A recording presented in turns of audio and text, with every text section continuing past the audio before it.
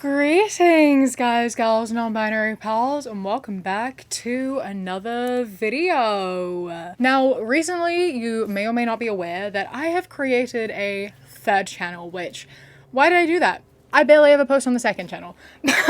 And the reason I did that is because if you've been subscribed to my second channel, you would know I started uploading videos about books and things over the past year, and I really loved doing that, but decided that I actually wanted its own place for that in case I want to do other stuff with the second channel, because that's not what people are subscribed to the second channel for. So I made a third channel called Kiwi Reads, where I will be uploading book content, specifically usually like queer books. Currently I only have a couple videos up there. I am just about to sit down and film a ranking all the books I read in 2025 video, and I read 73 books this year. So if you were interested in seeing me rank all the books I read in 2025, that may be up already.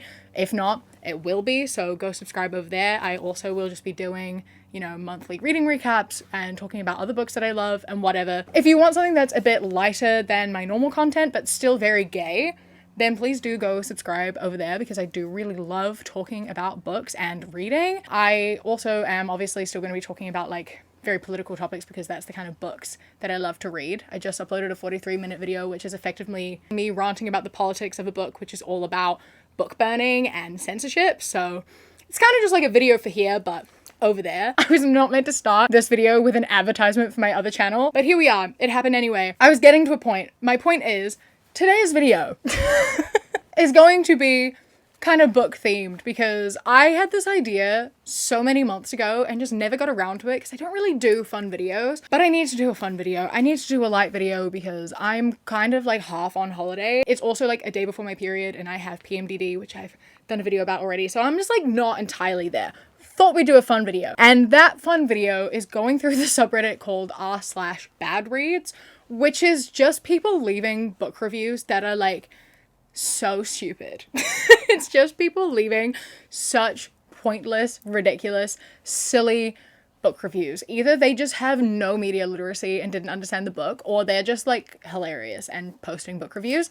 And I think it's so fun and so funny. So I wanted to sit down and make a video about it. And I couldn't decide which channel to put it on, but ultimately I have decided to put it here to kind of use it as an opportunity to tell you about my book channel, and also just to bring a little bit of lightheartedness to this channel as well. I will say though, it does look a lot like I am copying Jammy Dodger, because he made a book channel. He made an announcement that he was making a book channel, and then I think it was literally the next day I uploaded my video saying on my book channel, being I've made a new book channel. And then a week ago, he uploaded a video going through r/bad reads, and now here I am making a video going through r/bad reads.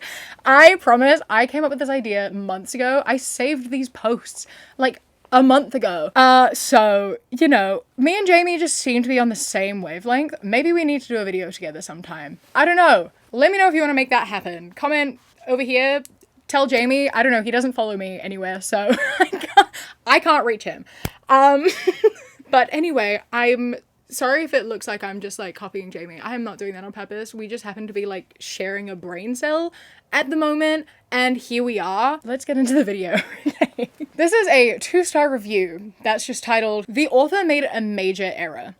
This novel is set in Virginia during 2 time periods, the early 1940s and the summer of 2020. Chapters alternate between the 2 time periods. The story was enjoyable, but every time I came to a chapter set in 2020, I asked myself, when is the author going to say something about COVID-19? The answer is never. I found that very disturbing and distracting. The author apparently wrote the book before the pandemic and made the assumption that summer 2020 would just be like other summers, with large wedding parties, no social distancing, etc. Bad assumption. So apparently this author just assumed that 2020 would have a normal summer. Bad assumption. Don't assume things like that. Don't assume that a year in the future is just gonna be another year, you silly. You have to predict the exact events that are gonna happen. If there's an apocalypse that year, you best include that in your book. If in the future the entire world is going to be on lockdown, you better write that in your book. I don't care if you wrote it a decade ago. I don't care. You should know. Yeah? I'm leaving you a 2-star review because you did not predict the future. How dare you? It was very distracting. If it's really going to be that much of a problem for you, just pretend it's a different year. Just make it 2019. Make it 2022. You can just change the year in your head. Also, alternatively, it's a book. It's fiction. I don't really think I need to say anything else, actually. It's fiction. These are 2 reviews written by the same person, all right? And I'm going to read you what their Goodreads bio says, which I didn't even know people did Goodread bios, especially one that's this massive. She has left 1,500 reviews, by the way. She is age 34, United States. I'm opinionated. If you can't handle strong opinions, don't friend me. I like spoilers. Because I like spoilers, my reviews will have spoilers. They will have the kind of spoilers I look for in reviews, especially safety details. I read all sorts, but Goodreads is where I track my romance addiction and vet books. Things I hate in a romance and will earn a 1-star or DNF: cheating. Cheating has no place in romance. Also, fucking others after meeting. If the hero can stick his dick in another woman after meeting the heroine, that's not a hero who brings the swoon. I want my hero so obsessed with the heroine, he doesn't even look at another woman, much less stick his dick into one. 2. A non-virgin heroine. If the heroine has spread her legs for another man, been broken in by anyone other than the hero, I'm out. And I don't give a fuck who doesn't like that. There's a special and unique bond that comes from giving one's virginity to a man, an irreplaceable connection. And if that isn't with the hero, my skin crawls. And no, I don't care if you don't like that. I'm reading romance for my enjoyment, not yours. 3. Condom use. Hate it. I don't want a physical barrier between my hero and heroine, as close as possible. Physically, mentally, emotionally. Girl. Oh my god. Firstly, I love the difference between the standards of sex between the hero and the heroine. The hero being like, you're allowed to have had sex before you meet the heroine, but as soon as you meet her, you're never allowed to have sex with anyone else ever again because you have to be instantly in love with her and incredibly overbearing and possessive of her. And if you aren't, then I don't like you. Get out. I'm not reading your book. 2, the heroine isn't allowed to have had sex with anyone ever. She has to be a virgin. If she's not a virgin, that's disgusting. That's disgusting. If the hero's not a virgin, that's fine. If the heroine, if the woman is not a virgin, that's disgusting. I'm not reading your book. How dare you? Your misogyny is showing. Maybe check that out. And I know it's like, this is just my preferences. I don't care what you think. Okay, but I'm judging you anyway. You put it on the internet for me to see, so I'm going to judge you. And I like the last one, condom use. Hate it. You're not the one having sex. Like, I don't want a physical barrier between these 2 fictional characters. Why not? They're just being safe. They're just taking precautions. I think that you've been brainwashed by the anti-condom propaganda that exists, and use protection. All right? You're not even the one having sex. So, like, truly, get over it. Let's read a couple of reviews by her. I'm sure you can, like, kind of guess what they say based off of what we've just read. So, this is what she said. 1 star on a book called Flawless, and that she tagged, hard pass DNF returned, heroine claimed by another. Heroine doesn't belong to hero. Heroine gives innocent to OM. Primal connection severed. Fuck no, no swoon factor. So she has a lot of tags. For starters, that's a lot of tags. And then she said, another romance fail. This one wasn't for me. This had a great premise, but the heroine had given her body and innocence to another. And I have zero interest in a romance with a connection, and that bond that comes from giving the hero the primal connection and claiming those gifts has been severed by a stupid heroine who has spread her legs for another man to crawl between them and break her in and rut her. Jesus Christ. There ain't no swoon in another man laying claim to what can only be given once, grunting and heaving and sliming all over her. Don't ever say break her in regards to having sex. All right, these women aren't objects. Women, we aren't just sex objects. We don't belong to anyone, not claimed by anyone. All right? You can read what you want, but like, Jesus Christ. People concern me. People worry me. People worry me. They really do. They really do. This is another 1-star review by her for a book called Knight's Bride, and left the same tags. Another trash romance fail where the heroine spreads her legs and lets OM... What does OM stand for? MC is main character. OM? Only man? One man? Oh... I don't know. If anyone knows what OM stands for, let me know. crawl between them to take her innocence, grunting and heaving and sliming all over her. She really likes that sentence, doesn't she? Forever severing the primal connection of the hero claiming her innocence. And that one, that was the same exact statement. She just copy and pasted that. To make it even more grotesque and putrid, the heroine was already fucking engaged to the hero and she still got on her back and let OM get on top of her. This is the putrid sewer depths that romance has sunk to nowadays. Totally fucked up, toxic, unnecessary trash actions by a heroine who has no honor or virtue. Can authors who have the romantic sensibilities of strung out meth whores please stop writing romance? Not safe. Heroine fucks OM. OM. Is that other man? I'm just gonna say that means other man. Girl, you need to chill out. You need to chill out. Like, if you don't like it, you don't have to read it, right? First and foremost, you don't have to read it. And you don't have to be so misogynistic about it. I feel like some people need to like really reevaluate their likes and their dislikes and where they come from, and like, yeah, read what you want, but I feel like some of these people got to do some reflection on themselves, and this is one of them, because yikes, what the fuck? Can authors who have the romantic sensibilities of strung out meth whores please stop writing romance? Can misogynistic assholes please stop reading romance? I don't know. Okay. This one is a very different vibe, but this made me like cackle.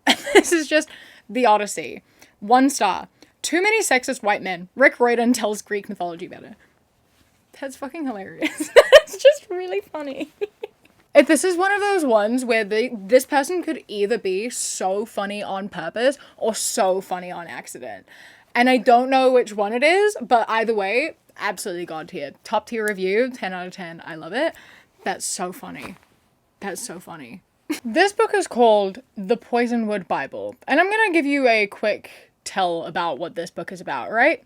The Poisonwood Bible is a story told by the wife and 4 daughters of Nathan Price, a fierce evangelical Baptist who takes his family and mission to the Belgian Congo in 1959. They carry with them everything they believe they will need from home, but soon find that all of it, from garden seeds to scripture, is calamitously transformed on African soil. What follows is a suspenseful epic of one family's tragic undoing and remarkable reconstruction over the course of 3 decades in post-colonial Africa. Right? So with that in mind, here's the review. 1 star. Abandoned after 20 pages. I didn't like the descriptions in the Congo. It was all very depressing, in fact. A quick skim through to see if the book could improve. Regrettably, no. The book had been lying unread on one of my bookshelves for 4 years. I should have left it like that. How are you reading what this book is about? I'm reading 20 pages and being like, it's sad. I didn't like that it was depressing. I didn't like that it was sad. They literally used the term family tragedy in the description of the book. Like, the synopsis tells you it's going to be depressing. The entire point of this book. You read this and you're like, wow, this is gonna be depressing. That's the main takeaway I got from reading the blurb anyway. So maybe you should check what you're reading, and then like don't leave a 1-star review saying that you abandoned it because it was depressing, because you're like really bringing down the average reviews for your own lack of media literacy or your own lack of choosing to read what a book is about before you read it. I don't know. Just a thought. This is a book rated 1 star. Waste of time. Politically correct from the start. A female character pretending with pronouns they, them, and then a gay girl. And what is up with the Halloween nonsense? Poorly written, politically correct garbage. Undeveloped, non-politically correct characters, and underdeveloped plotline. This is posted by the author, who said that the book is not political. It's not political at all, like in a sense of pushing politics. It's just that she is a lesbian, and so she wrote characters that were queer because she is queer. And they're just characters that happen to be queer in this book. And so then this person is like, disgusting. I don't want queer characters in my book. Hey man, did you know that on Goodreads, if you go down to the tags at the bottom, it will tell you if it's queer? Did you know that I'm willing to put money on the fact that in the synopsis that it gives you on this book, it definitely mentioned that they were queer? Did you know that no one's forcing you to read queer books? Are you aware of that? There's so many reviews like this where people comment being like, they're gay people. Did not finish. Fuck gay people. You don't have to read it. Like, I don't understand what the big deal is and why you hate the fact that queer people exist so much, but like, you don't have to read it. Don't leave a 1-star review just because queer people exist, especially if you know that there are queer people in the book and you still chose to read it. Like this one that I found really funny. This is a review on Brokeback Mountain, which I've never read or watched the movie, but I know what it's about. You know what it's about. And it says what it's about too. It is literally tagged as LGBT, queer, and gay. It is tagged 3 times saying that it's queer, and it also says in the synopsis, it mentions that they're gay multiple times. And yet, here we have a couple reviews. 1 star. Gross and perverted. Hate the lifestyle of homosexuals and their sexual practices. Not that I hate the person, just their practices, which is what this book's about. It does not make for enjoyable reading. Totally disgusting. And another one. 1 star. Seriously disgusting. Wish I never read this. Not only are the cowboys gay, they cheat their wives and kids. If you don't want to read gay books, don't read gay books. No one's telling you have to read gay books. I don't understand why these people are picking up a very well-known, very gay book that says time and time over, this is a gay book. And they're like, ew, it was gay, 1 star. Go away. Get over it. You snowflake. Get over it. On these lines again, because there's a lot of them, we have this review of The Picture of Dorian Gray. 1 star. This is one book I just couldn't finish. I was completely turned off the characters and the homosexual undertones. On top of that, it was boring. In short, what I did read was a complete waste of time. Listen, I understand finding books boring. I understand finding a lot of, like, older classics boring in the sense that they are written quite differently and the, like, pacing is all very different. I found Dorian Gray, I enjoyed it, but it was hard to read because it is written quite different to how I'm used to reading. But I feel like you can't read Dorian Gray and then complain about the homosexual undertones. Have you never heard of this story before? Have you never heard it? You don't know who Oscar Wilde is? You've never heard anyone talk about this book? It's fascinating to me because maybe people don't know. Maybe people aren't aware. But that's baffling to me. You could just not be aware that Dorian Gray is, like, hailed as an exceptionally, like, important piece of, like, queer literature. Because it is all undertones. It's not, like, explicitly, you know, we are gay, everyone's saying that, like, you know what I mean. But it is very, very well known. Like, it was used in Oscar Wilde's trial. Like, it is very well known that that is what it is and why everyone talks about it. And so the fact that this person's here, like, I didn't like the homosexual undertones. Why did you read it then? Why did you read it then? I don't understand. You made the choice. So, this is a 1 star review on the book called Black Earth, The Holocaust as History and Warning. This is a book about the politics and policies of the governments that led to the Holocaust. The author argues that similar politicking could lead to a modern-day Holocaust or genocide. I don't know. I didn't get that far. I only read about 30 pages in. I'm sure the author has some very good points, as this book seems very well written and extensively well researched, but this book is just not my cup of tea. Too much politics for me. I would have preferred more anecdotal evidence, I guess. Why are you picking up a political book and then being like, 1 star, too much politics? Please. Please. Please, can we think for 1 second? Stop leaving reviews on books because you didn't understand what you were picking up, right? It's not the author's fault that you picked up a book with absolutely no knowledge of what you were picking up. Don't pick up a political book and be like, too political, 1 star. Be for real. My God. This is a review of Sunrise on the Reaping. They gave it 1 star and they said, returning this to the store due to the LGBT content, I'm very disappointed. But good news is, I'm buying Nadine's brand's Nightmare Virus hardcover instead. It's 50% off right now, by the way. So if you want to clean Christian alternatives with still some Hunger Games-esque type thing, lol, there you go. Love y'all, bye! Okay, and I just need to take a moment to ask, when was there queer people in Sunrise on the Reaping? Oh, I think I do remember. No, yes, there were, wasn't there? There were, I can't remember who, but yes, there was a gay couple. It was the uncle, right? The Covey's uncle, Lenore Dove's uncle was gay. He was also in the previous book, I believe. Yeah, okay. I guess there was a mention of gay people. There were queer people that existed. They were not a part of the story. They were not a part of the story at all. They just existed there. But you know what? If you are a strong Christian who dislikes any sort of talk about queer or, like, leftist politics in any way, why are you reading The Hunger Games in the first place? I don't understand. These people really don't understand the purpose at all, do they? They just don't get it. Because, like, the entire point of this book in general, like, all of these books are just political commentaries, but, like, it was important to the narrative, in the sense of showing how it changed and, like, the dictatorship and, like, you know, how things got worse in 12 and such. But like, yeah, okay, put it down because this book's not for you. If they didn't have queer people, I'm curious to know what their thoughts would be if they read it all the way through. I'm curious what these people's thoughts are on the Hunger Games in general, because like, what's going on? How are you reading these books and enjoying them? You are missing the point so much. It's so frustrating to me when like books, like there are certain people who need to read certain things and understand them, and they're the ones who read them and like don't get it. And it's like, no, this is for you. We are talking to you. Why aren't you getting it? Oh my god, this is infuriating. This feels like one of those instances. And I have lots of thoughts about the Hunger Games and Sunrise on the Reaping, and I actually did make a whole video about both of those things, so go subscribe to my book channel. Editing Kiwi jumping in to say it has been so long since I filmed this video that since doing so, I have also created a little book club over on Patreon, which is patreon.com/Kiwi Reads, that is Kiwi with a Q, where every month we will be picking a book and then we will be reading it together and discussing it over on Discord. And in the Discord, there's also a whole bunch of other channels with all things book related as well. And I am very active in there and I'm having a really lovely time with this lovely little community that we are building so far. So if you are interested, please do go check that out. I have been here longer than I was intending to be with this, so I think I am in fact going to end it here. Please let me know if you want another one of these, or maybe I'll upload another one of these on my other channel if you think it would be better suited over there. But I had fun doing it and I would love to do another one, so do let me know. Please leave a like, comment, subscribe, etc. I would love to see you again. I do post here a couple times a week, so I appreciate it greatly. A huge thank you to my Kiwi Cat patrons: Polar Bee, Sienna, Alicia, Mirielle, Bree, Bay the Trucker, Chastity, Beckett, Prismatic Petey, Sushi Kawaii, Phil the Duck, Jessie, River, Queen Glimmer, Ella, Mr. Noodle, Radsack, Knitting Menace, Chris, Ellie, Alexis, and Bobby. I love and appreciate you so much. Thank you so much for joining. I hope you enjoy the rest of your day. Stay safe. Keep fighting. I love you. Mwah.